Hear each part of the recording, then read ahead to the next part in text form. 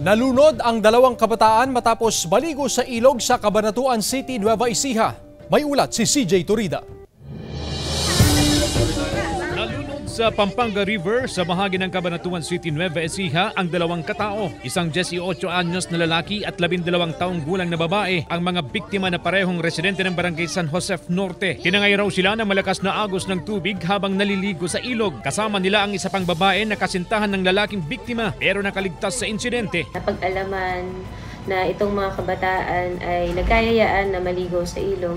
At nung natapos silang maligo at sila'y paalis na, aksidente na tumalon itong bata. Kung kaya nahatak niya ito pababa at nung sila ay nasa ilalim ng tubig ay hindi na sila nakalutang. Inabot ng halos isang oras bago na-recover ang katawan ng mga biktima. Tumaas daw ang tubig sa ilog sa ilang araw na pag-ulan na dulot ng bagyong Aghon. Lumalim din daw ang ilog dahil sa paghukay rito na itinatambak sa ginagawang dike. Dati mababaw.